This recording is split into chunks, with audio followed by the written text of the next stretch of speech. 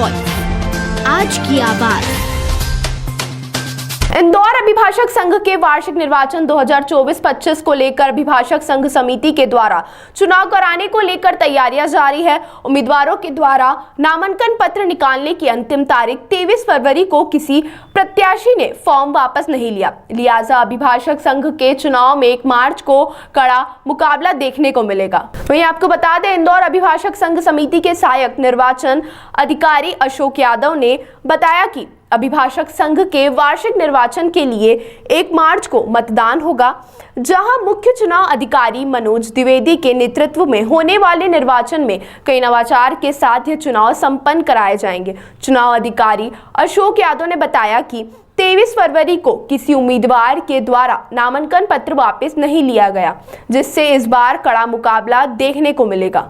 वहीं उन्होंने यह भी कहा कि प्रत्याशियों की अंतिम सूची का प्रकाशन जारी करने के साथ ही मुख्य चुनाव के अधिकारी के नेतृत्व में निर्वाचन करने वाली टीम सक्रियता से कार्य करने में लग जाएगी। श्री यादव की माने तो इस बार पंचायत नामांकन पत्र अध्यक्ष के लिए 5 उम्मीदवार, उपाध्यक्ष के लिए 3 उम्मीदवार, सचिव के लिए तो वहीं 8 उम्मीदवार, सह सचिव और 2 उम्मीदवार कोषाध्यक्ष के लिए नामांकन फॉर्म जमा कर चुके हैं। उन्होंने कहा कि निर्वाचन प्रक्रिया में 5 बूथ बनाए जाएंगे, वहीं करीब 105 वॉलंटियर चुनाव में काम करेंगे। हर बूथ पर 8 से 9 कार्यकर्ता रहेंगे। मतदान प्रतिशत अधिक से अधिक कराने की कोशिश रहेगी। मध्य प्रदेश ही नहीं अपितु भारतवर्ष में इंदौर अभिभाषक संघ का एक अपना नाम है।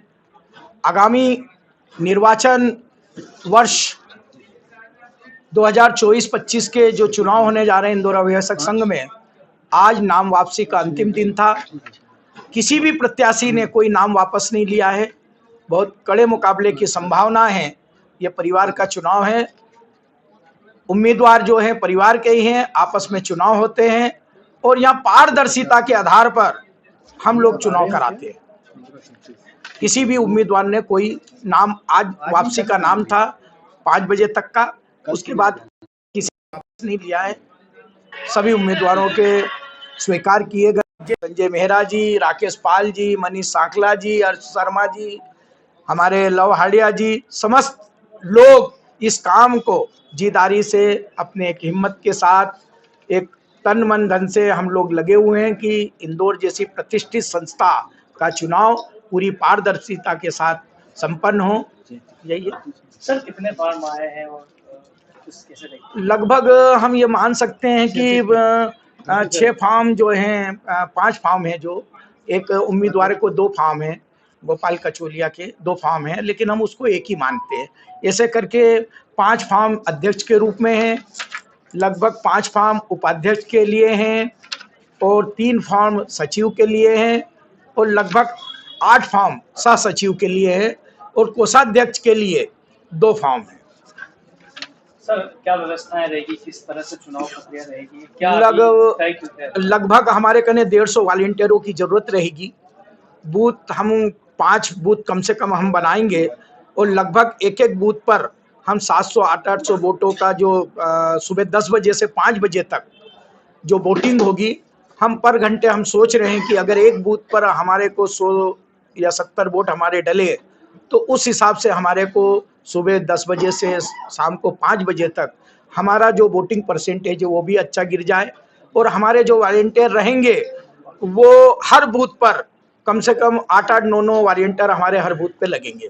सर, कितने मतदाता हैं इस बार? लगभग 4,444 मतदाता हैं, क्योंकि कोरोना काल से लगाकर अभी तक हमारे कई सम्मानीय प्रतिष्ठित हमारे सदस्यगण दिवंगत हो गए हैं।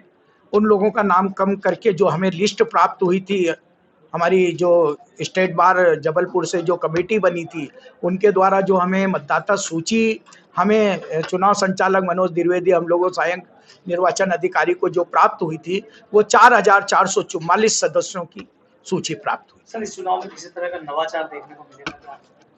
हाँ, हम नवाचार यही है कि जो 2-2, 3-3 बजे तक गणना चलती रहती थी। एक अभिनव प्रयोग करा है हमारे सहायक निर्वाचन अधिकारी राकेश पाल ने। कार्यकारिणी का जो सुबह 4 बजे तक गणना चलती थी, उसके लिए हमने काइन की व्यवस्था की है और उसके लिए हमने गणना के लिए हमने विस्तृत योजना बनाई है कि हम कार्यकारिणी और पदाधिकारी मिलकर 10 बजे के पूर्व हम इस चुनाव के परिणामों को घोषित कर एक इंदौर अभिभाषक संघ का नाम पूरे प्रदेश में, भारत में कितनी जल्दी चुनाव परिणाम घोषित किया।